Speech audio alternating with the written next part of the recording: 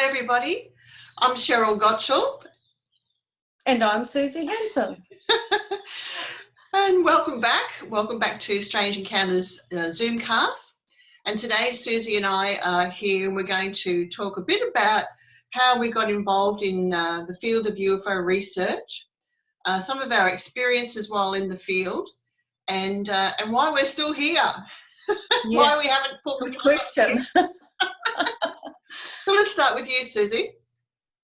Okay, well, I guess UFOs or things from somewhere else beyond our planet were always in my reality from the age of about 8, when my family and I and our next door neighbours saw something totally unconventional in the sky, maybe some 25 to 27 kilometres away from where we live, over a series of hills south of the city of Auckland called the Bombay Hills. So what we saw was a long bar-like or cigar-like elongated shape in the sky. It was bright orange. It was flaring because we looked at it through an old ship's telescope. And it hung in the sky there for about an hour and a half. This was a Friday night, small town New Zealand, about 8:30 at night. And at about 9:30 at night, it decided to move off down south, and we saw it flaring and moving very slowly down through the Waikato district of the North Island, where it was sighted also by hundreds of people and reported in our national newspaper, the New Zealand Herald. So that really woke me up to the idea that, this could be someone else out there, not just us, and they're from somewhere strange beyond our planet, which was a giant leap for a kid of 8 to think about. So I couldn't sleep that night because it was so exciting.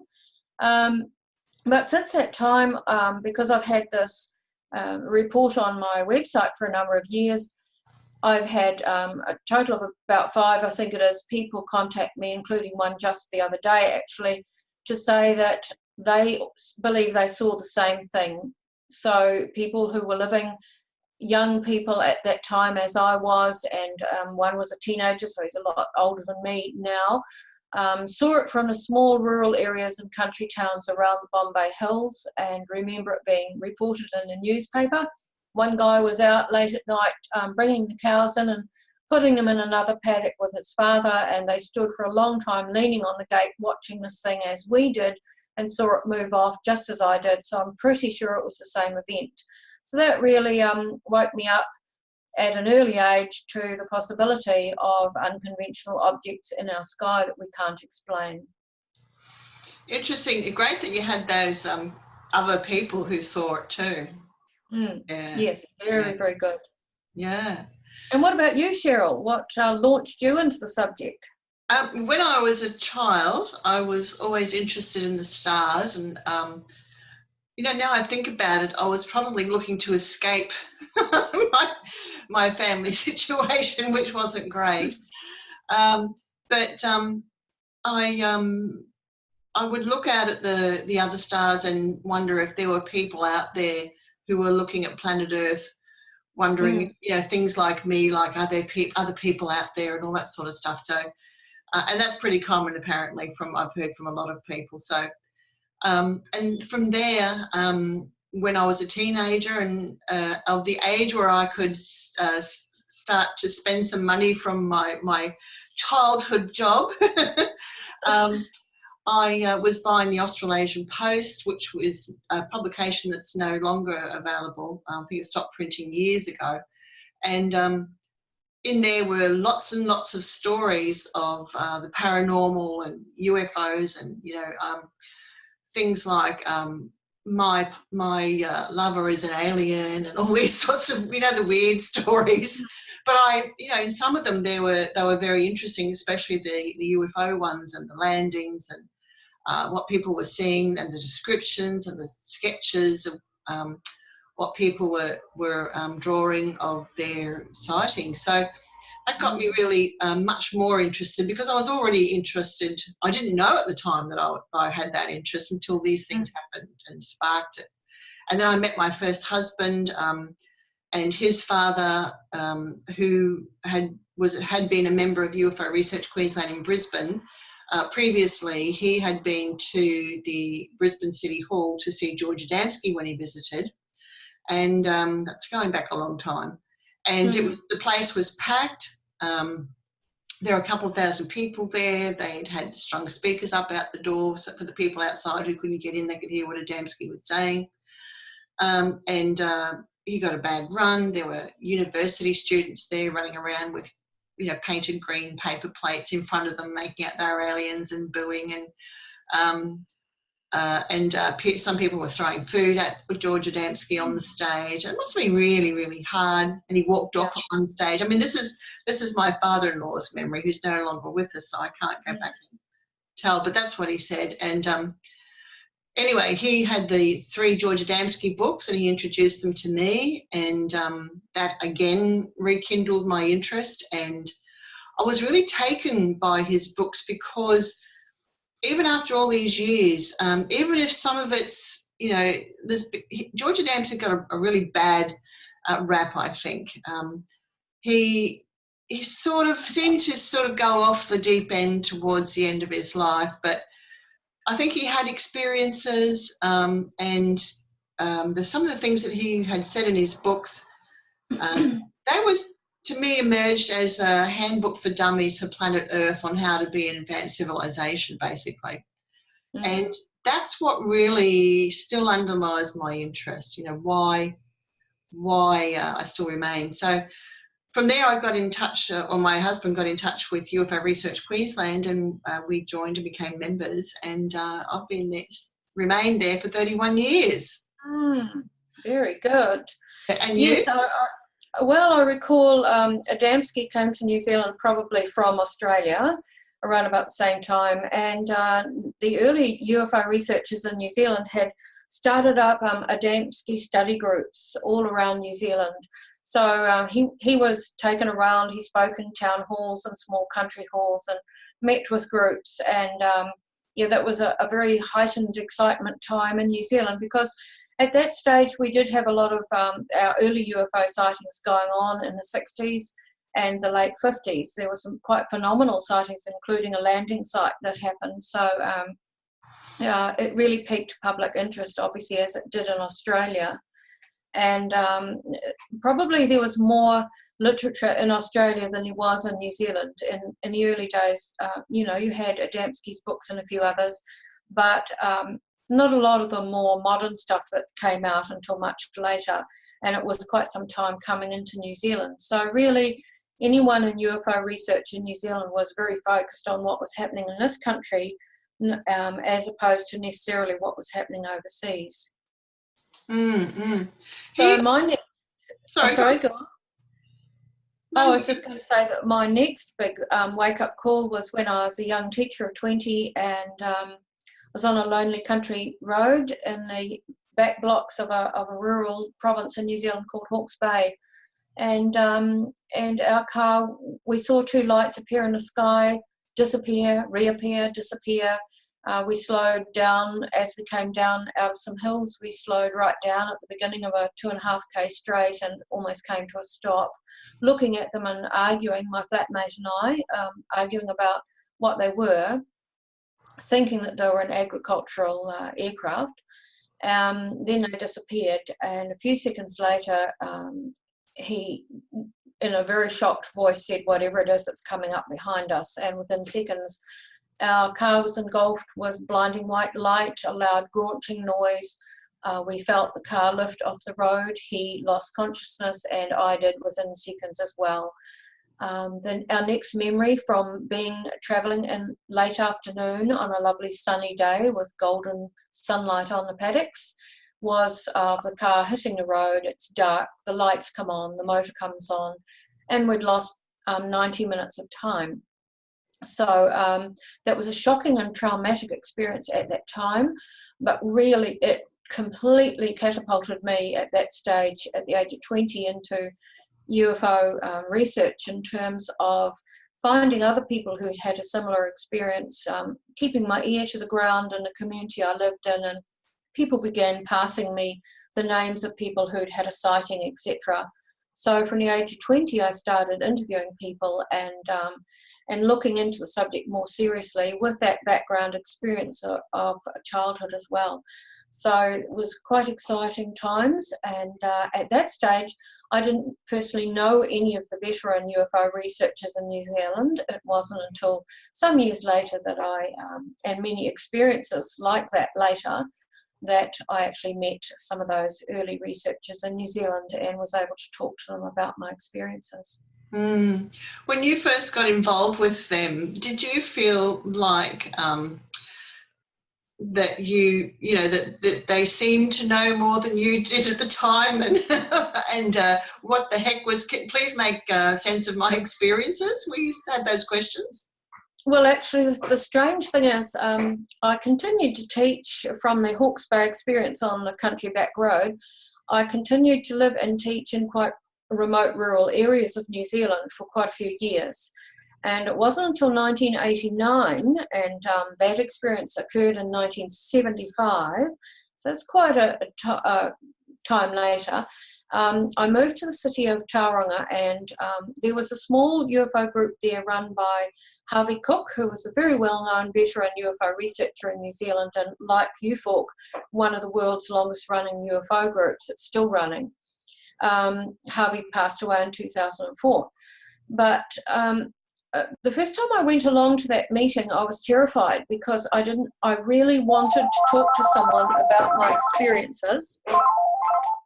But it was met with that classic nuts and bolts attitude, where the people at the meeting who'd been going along for years, and they had heard about all of these extraordinary UFO sightings that had happened in New Zealand, they were only interested in what shape it was and, you know, what colour the lights were, what it did, etc. And I sidled up to one person one night. I went along to the meeting, never said a word for a couple of years actually, and then I sidled up to one of the people and said, do you ever talk about people who've had contact or maybe have, you know, come close to a UFO? And he turned around and said to me, oh, you don't believe in that sort of thing, do you? And walked away. So it was quite some considerable time later before I actually bucked up courage to talk to Harvey, and found that he was actually very open and was very accepting. And we eventually formed the Bay of Plenty UFO abductee network, which of course is defunct now and has come under my umbrella in New Zealand of UFO and contact research. I remember communicating with Harvey Cook years ago before he died, and I think we were sending him our UFO publication at the time too for a while there. So yeah, he was an extraordinary man. I sat by his bed 2 days before he passed away in hospital, and at that stage I'd worked with him for about 20 years and knew him very, very well. He's a very good friend. And he was holding my hand, and he looked me dead in the eye and he said, do you think I've done enough?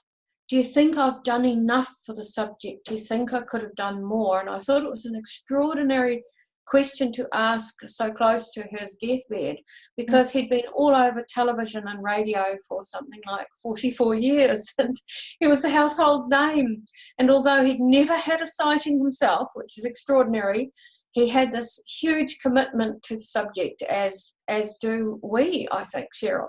And on a number of occasions he tried to let it go because, you know, his family didn't want him doing it, and sometimes he was a bit of an embarrassment to them, I think, because of his, his cheekiness and his ability to catch the public's imagination. But he always carried on, and he did what he loved and was interested in. Well, for me, what about you after your Adamski immersion? What happened next? Well, actually, I forgot to mention my husband's family were first generation Italian immigrants. So they were original immigrants. My husband was first generation, and so we would have these weekly Italian meals. And because my interest had been ignited about the UFO subject, and my father-in-law had a long-term interest, and my husband was interested, and even my husband's cousin who lived in the country and moved to Brisbane, he used to come along too. we'd sit around and have this big discussion about the UFO subject every week. And I was just reflecting on that earlier, and I thought, that really, was catapulted me to think more deeply. We were thinking about it philosophically, things that still interest me, like, how would we get along as a race with extraterrestrial civilizations, and how are we going to live in space, and are we going to trade? Are we going to, what's it going to be like, life in space as a cosmic society? We discussed all those particular sort of things, which really the UFO community hasn't even begun to scratch the surface on those topics. Absolutely, and I think that really the experiencers need to be the leading lights in that. And I recall some years ago in Australia in the early 2000s, Sheryl, being at a conference over there that you spoke at, and you did a wonderful speech on just that, on, how would we approach it if they landed tomorrow? How would we greet these beings, and how would it change our world? And I think there's too much attention being given to the sensational side of the subject at present, and not enough to thinking about making some plans and thinking about what we're going to do, particularly for experiencers as a body, looking after each other, protecting each other, how we're going to approach it, what will it mean for us. Yes. And I think that you made a very good point about the way Adamski was treated, because we still see that happening to people who come forward with their stories today. It's not always an easy road, and it's not always greeted the way that you might like it to be. Yes, there's a lot of mudslinging going on, but I think some of that is actually, professional debunking, because I think that there are, authorities that don't want people speaking out about those things. Absolutely. But I too found the same thing as you when I first went to UFO meetings. My first one was back in 1988. And, oh my gosh, I feel so old, Suzy. Hey, I'm older than you. Give us a break. It's been a long journey, hasn't it? But anyway, it has. When I went there, it was the same thing as you. Everyone was nuts and bolts stuff. People were still only talking about the descriptions of the craft and the speed and the colour of the lights and, what do they do? And they weren't even thinking, they weren't talking about it anyway, publicly, about the occupants of these craft. That's right, but sorry. No, I was going to say, I don't understand it. Yeah, well, I recall the first time I ever heard someone describing their missing time experience. And this was, of course, some years, as I said, 12 years or so after my first experience like that. And it was at Harvey Cook's meeting. And he said to me, he'd got to know me a little, and by then I'd talked about my experiences to him. And a friend, the son of a friend of his, had returned from a big overseas experience and had been living in British Columbia. And he had invited this young man along because he'd been at his parents' place for dinner, and this young man had described what seemed to Harvey to be a missing time experience associated with a UFO. And he said to me, I'm just going to warn you, I'm getting this guy to come along and speak to the meeting so that you won't be too shocked when it happens. So, of course, I was there sitting in the front row, couldn't wait to hear this. And this young man got up and very sort of reticently described his experience. You could have heard a pin drop with all the nuts and bolts, but it was received very well. He was clearly very genuine. He was clearly very deeply affected by the event. He'd gone out. He'd been working at a restaurant, and he'd put the rubbish out the back late at night on a snowy evening. He'd stopped to have a cigarette and lean on the gate out the back, looking over the countryside, and in came this big white light that got bigger and bigger and approached him at speed. Then he doesn't remember anymore. He remembers feeling a bit woozy, and that's it. And sometime later, he was woken up by the owner of the restaurant. He was flat on his back in the snow. They had to bring him to, and he had this extraordinary story of seeing this light approaching and then seemingly passing out But this was about an hour afterwards that he'd gone out there, and they wondered, where on earth is he? He hasn't come back in. At some stage, they were cleaning up the restaurant, realised there was no sign of him and went looking for him. So I sat there, you know, all ears. My hands were sweating, my mouth was dry, my armpits were prickling. It was as if there was just this young man and I in the room. It was as if everyone else had disappeared and he was just talking to me, because I was hanging on his every word. There were so many little things he was mentioning about what we call the Oz factor that I recalled experiencing too when that massive light came over my car. And I was fortunate to be able to talk to him afterwards, but he didn't really want to keep in touch with anyone. He'd done this as a favour to Harvey, but that was the most memorable event for me because it made me feel like I wasn't alone. I hadn't met anyone else at that stage who'd experienced what I had, and I'd had like 12 long years of searching and wanting to talk to someone who'd actually had that missing time or that passing out or going into some other state, I don't know. I'd met plenty of people who'd had UFO sightings, but not to that point of the experience. Yeah. And I think that I've seen in myself, in the UFO community, in the Australian UFO community, that people have always been really hesitant about coming forward, in those days particularly, but even now, about coming forward with their close encounters, because the emotional environment and maturity, perhaps, I don't know whether that's the right word, but the emotional environment wasn't receptive at all for them for people to do that. And I always felt terribly, I became like an advocate for those people myself, because I could see what was happening. And when Bud Hopkins had been here in '92, and he was a lovely man, he after he left, he spoke at a conference here, and then after that he came to my place. I had a small group of people come over, UFO colleagues, to speak to him privately. And after he left, though, what happened was that we were suddenly inundated with all these people who'd had, you know, close encounters and abduction-like experiences. This was in '92, I think it was, or '91, I can't remember now exactly, but no, it was '92. And so my late husband and I, we established the first close encounter support group here in Brisbane. And we ran another 2. That went for a couple of years. Then we ran another 2. I think one went for 6 months and one went for a year or something. And yeah, there were just people everywhere who had these experiences. They wanted to talk to people. And even now there are people who've had experiences, but I think that there's less organisations and independent researchers now who will give up that time. Because these days people don't commit like they used to in the past. That's right. Yes. And people can do it differently. They can do it online now too.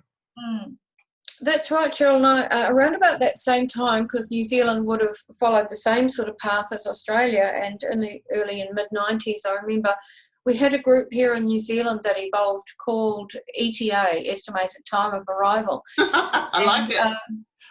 And that was a group of experiencers, abductees who'd had similar experiences to me, and they asked me at that time, because I'd got to know a few people by then, if I would come forward and go public on it. But I felt at that time it wasn't right for me because of personal circumstances. So I remained in the background but was supportive of them. But I have to say, public interest for those meetings was high. They met in a town hall in Auckland on one occasion, and they had over 600 people, and there wasn't room for them all to sit in the small hall. There were people outside queuing and standing around, still wanting to be part of it, even though they weren't in the hall. So for a very small country like New Zealand, that with a very small population at that stage, probably only about 2.5 or 3 million, that was quite extraordinary, and it showed the level of public interest. But what I'm noticing at the moment, Sheryl, is that there's another surge of people our age and older coming forward wanting to talk about the experiences that they had years ago and what's been happening to them up to this point. So that's very, very interesting that it seems to be people are feeling like there's an urgency that they need to talk about their experiences, but also there's this concern for the planet and how does this experience I've had maybe fit in with what's happening on the planet? Is there more to this experience that I don't understand or haven't registered? So there's a lot of people coming forward and bringing their reports and their encounters to UFOCUS NZ at the moment.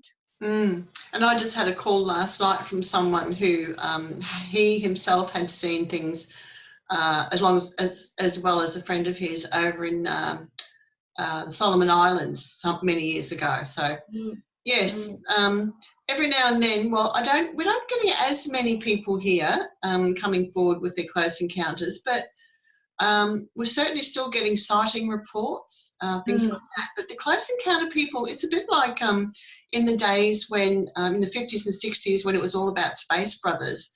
And, you know, the climate was for people to report that.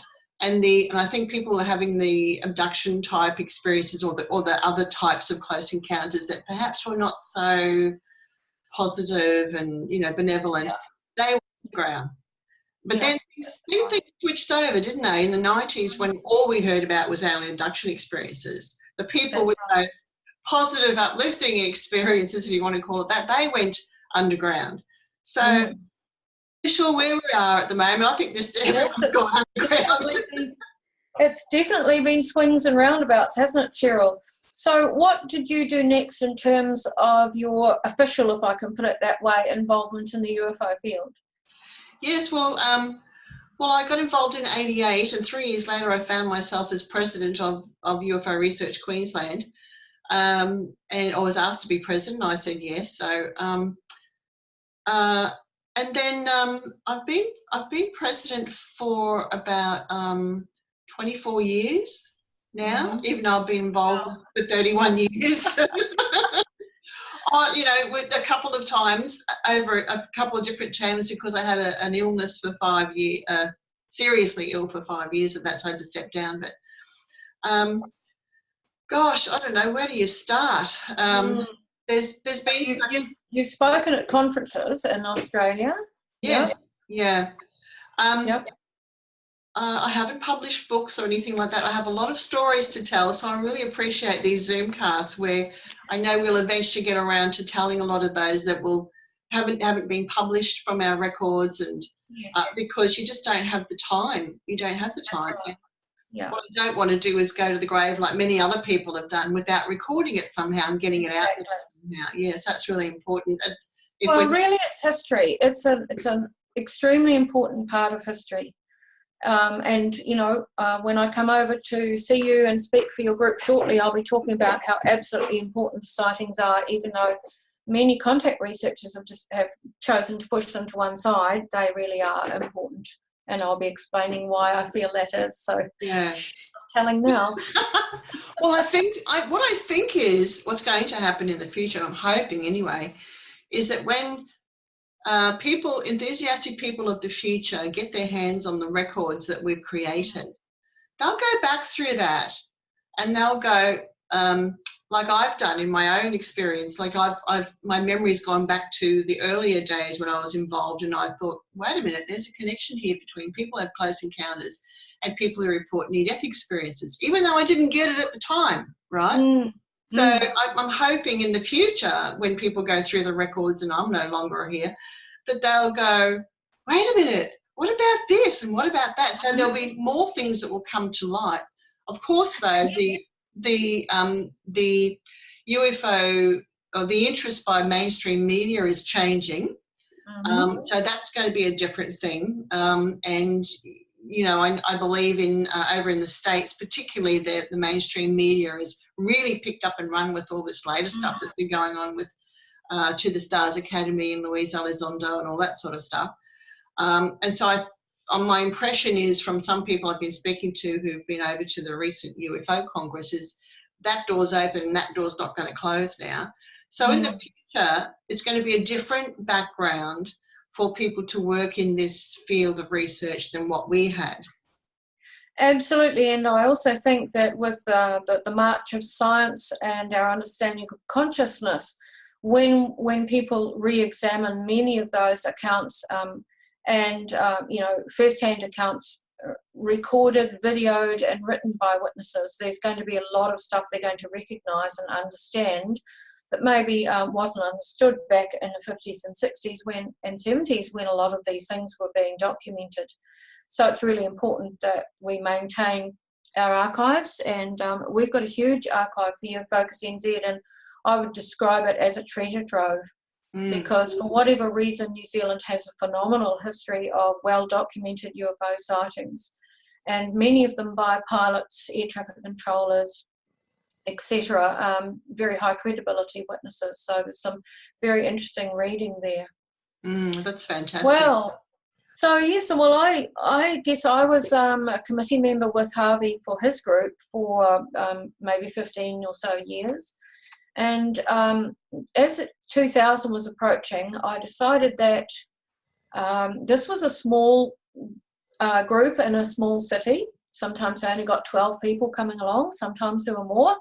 But I felt that it was only covering the Bay of Plenty province, and I felt that there was a need in New Zealand for a nationwide network that with investigators around the country who could, send their sightings to a central group, and we could get a website up and the public could read what's going on. So in 2000 I established UFOCUS NZ, and I think it was about 2004 we put the website up.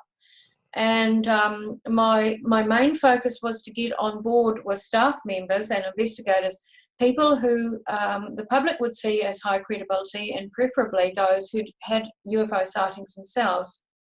And through a phenomenal sighting that happened here in the Bay of Plenty and the Waikato, I met my former colleague who passed away in 2015, Graham Opie, who was the senior air traffic controller at Hamilton International Airport. And so I interviewed Graham about his sighting that he had from a control tower, and asked him if he would like to be a consultant for us in terms of aviation. He consulted with his civil aviation bosses, and they said, go for it, do whatever you want. So as a working ATC, probably one of the first, if not the only in the world to be working for a civilian UFO group while still actively serving as an air traffic controller, he joined us first as a consultant and then as a sighting investigator. So that was a big step because he was also a pilot. But over time, we've also had an astronomer. We've got a scientist at the moment, Brian Dickerson, of course, whose family is well known in UFO research in New Zealand. But a whole raft of people in the scientific and aviation field, including John Cordy, who's an investigator and aviation consultant for us, who's the last remaining air traffic controller from the famous Kaikoura Lights.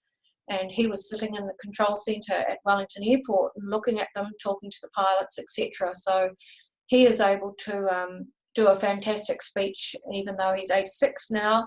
He's as sharp as a tack and does a wonderful speech about the Kaikoura Lights. So we're very fortunate to have had really good staff, very few changeovers. We've added a few along the way, but UFOCUS NZ is still in full swing, and hopefully later this year we're going to tidy up our website a bit and add some more sightings to it, which will give us an archive of over 10,000 sightings, which is quite phenomenal for a country with not yet 5 million people. And isn't it interesting the types of people that you meet through this community? When I first got involved, a couple of people took me under myself and my husband under their wing, and one of them was Keith and May Flickcroft. They're both no longer with us, but lovely people, and I particularly had an affinity with May. So May was the lady, those people who've read the George Adamski books, in one of them there's an image of George Adamski in I think it's a horse carriage with a woman sitting next to him outside the Vatican. And Okay. May is actually that woman. Oh, okay. So she was on our team. She just passed away, I think it was last year. And her husband passed away some years before that. But and the things that she told me, I'm just harking back to George Adamski actually. In those days, she said, because they hosted him here, and obviously he was in their house, and I said, what was your personal opinion of him? And she said, well, there's a lot of claims made, but I can say that when we had some occasion here at my house that George Adamski was in the other room, and I had a thought. About something. I had a question, and he walks into the room and he answered the question. So he was convinced that he was telepathic. Yes, but isn't that a classic experiencer abductee characteristic? Because that happens such a lot, doesn't it? Yeah. Yeah. Very interesting. Sorry, I was going to say, it's those little stories that people never hear about, Exactly. Yes. Yeah. And speaking of stories, I can still recall the first person I interviewed about a UFO sighting when I was 20 down in Hawke's Bay, and that was a young nurse from Hastings Hospital. And she had left the farm where she lived and was travelling early morning through to Hastings to go on duty at 6 a.m. in the morning. So she's travelling through sheep station countryside, endless paddocks with sheep in. And as she was, it was just starting to get light, and as she was approaching a very small rural settlement on the outskirts of it, she saw a big orange glow in a paddock and thought, oh, hell, someone's hay barn is on fire. Maybe it's been, someone's lit a fire or something. So she sped up to get to the nearest farmhouse and report it. And so she sped up and got closer to it, and when she came adjacent on the road, as she was approaching, saw it wasn't a hay barn, that it was actually a craft, a circular disc landed in a paddock or hovering just above it, and it had this massive flare around it, orange flare that you could see through. You could see the object, but from a distance it looked much brighter and like fire, and as you got closer to it, it became more of a misty glow. So she planted her foot and didn't stop till she got to Hastings Hospital. And I heard about that through family friends who knew her, so I was able to talk to her about that experience. That's the first one that I ever documented, which showed that someone probably found a burn mark on their paddock and wondered what was that.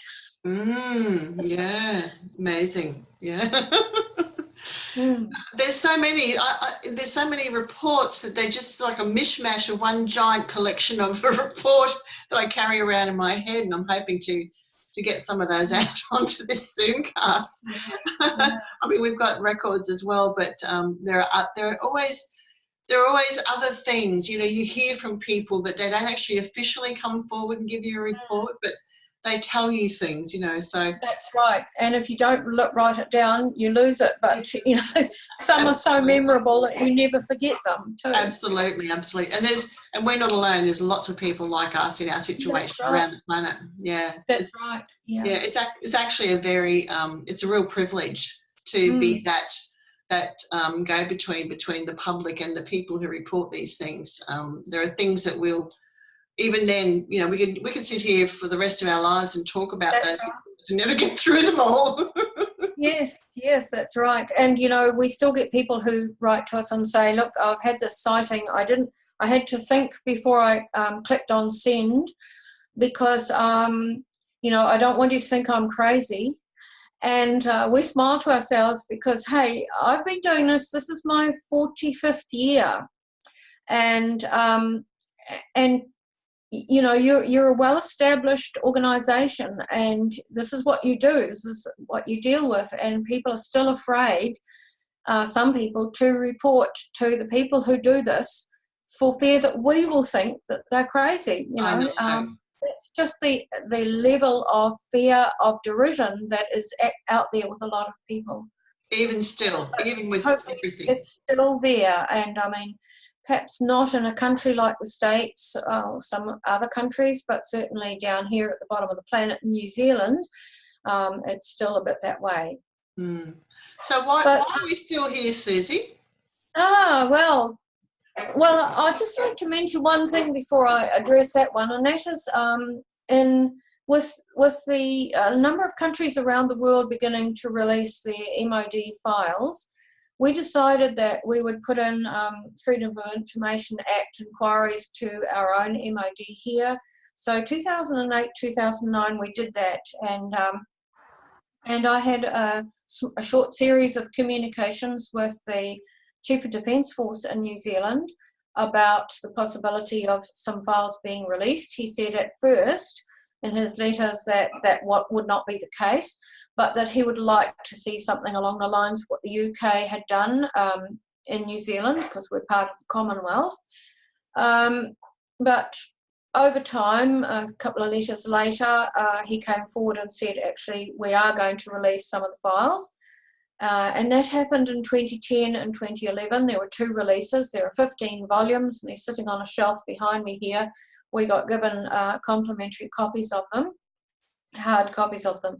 Now, we assumed that many of those files would still be in intelligence files that we wouldn't have access to, and they would not be released publicly, and that seems to be the case, because we have some quite stunning 1950s and 60s sightings on our files that were not mentioned in the files, or were only perhaps a small memo that came up on one of the pages, but there were no actual reports, even though we know that the Air Force investigated them at the time and wrote a report. They did not appear in the files.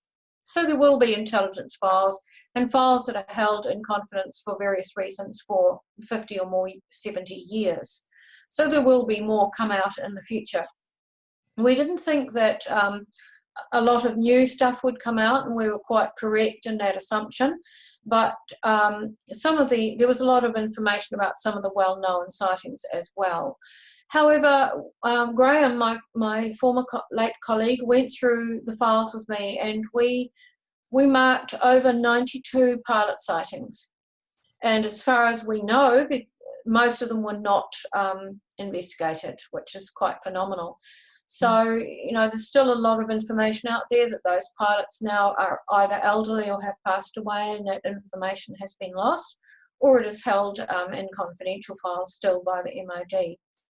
So we viewed it as a little bit of a publicity kind of thing, I guess, because it hit the media big time. But the Ministry of Defence were quite clever in that they didn't release the files until 2 days before Christmas. So there was limited time for interviews to be done with the media because of Christmas. Everything's shutting down in New Zealand, and by the time we'd received our files and had a good look at them, of course, it was been and gone. It was yesterday's news, or as we say in New Zealand, if it was in the newspaper, it was wrapping up for fish and chips by then, and nobody really wanted to know about it anymore. It had been and gone.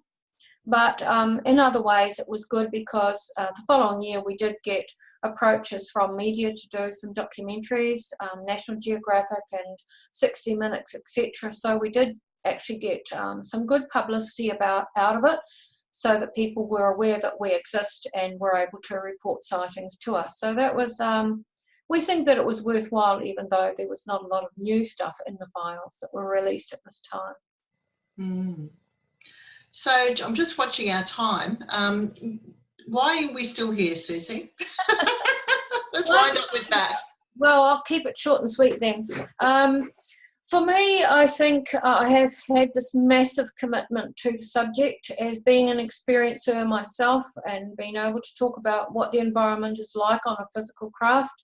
I have a massive commitment to this subject being treated with integrity, being treated with truthfulness, and with clarity. And at present, I don't see a lot of that out there. I can see a lot of people making money out of the subject, making a name for themselves and notoriety and fame out of the subject, who are coming up with ever more fantastic and sensational stories to keep themselves on the top of what they see as some kind of ladder of importance. So that is the way I see it, is that I'm hanging in here, doing the hard slog and the work in the background. I have spoken publicly overseas for a number of years, but I will continue the hard slog work as well. Sooner or later, I think there's going to be a massive examination of this subject by the public. And I think that there will be a lot of show ponies out there who will crash and burn, because if people really want to know what it is like to stand in front of an ET, what it feels like, what the communication is like, what the environment is like, they're going to come to the experiencers, not the people who are researchers or in some cases are simply contact theorists. And having said that, there are some very, very good researchers out there that I respect, but there are just as many I do not have respect for, because I do not feel that their heart is really in the subject. And I know that mine is. Mm. Well, I guess that I can hear that you're very passionate about what you've just said, and I appreciate that. I think I'm still here because I'm still reading that handbook for dummies for planet Earth. Aren't we all? You know, how to move Earth towards that advanced civilization. How would we even recognise what does it even mean to be an advanced civilization? Does it mean making better decisions socially and consciously, environmentally, all those different things, spiritually? And I guess I'm just doing my small part in moving that cog around, you know, keeping it turning. And I think too, Sheryl, that what you've just said is, you know, about the environment and how we might live and a better way to live is what so many experiencers and abductees are concerned about, the old contactees. That's always been the focus, and you as an experiencer yourself have brought that to the fore too. And they can't be separated. If you've got a commitment to this subject, then you've also got that wider commitment to humanity and to the environment and the planet. We don't know which way things are going to go, but I think people like you and I are trying to reduce the fear and increase the understanding. And with increased understanding, we come to terms with things better, and we can deal with fear differently, or we can actually drop it to one side sometimes. Yeah. And I've worked as a therapist for a long time, so my thing is to help people, support people, normalise what's going on. Not that it's normal, but that they're not alone, you know, those sorts of things. And again, you know, still to remain as an advocate for those people who don't want to speak publicly and feel that they're not getting heard. So we have our work cut out for us, Suzy, don't we? I think so. We might be around a lot longer. In our next life and the next life and the next life. We might still be doing podcasts in 20 years. Well, like my late husband used to say, the aspirations of this life are the seeds for the next. So I do wonder what he's doing now. That's right, yes. Because he was doing exactly what I'm doing. Yes, well, on that nice quote, on that nice note, yes. Thank you very much for our second podcast, and we hope that the audience enjoys it. Yes, okay. Bye, everyone. We'll catch you next time. Thank you. Bye, everyone.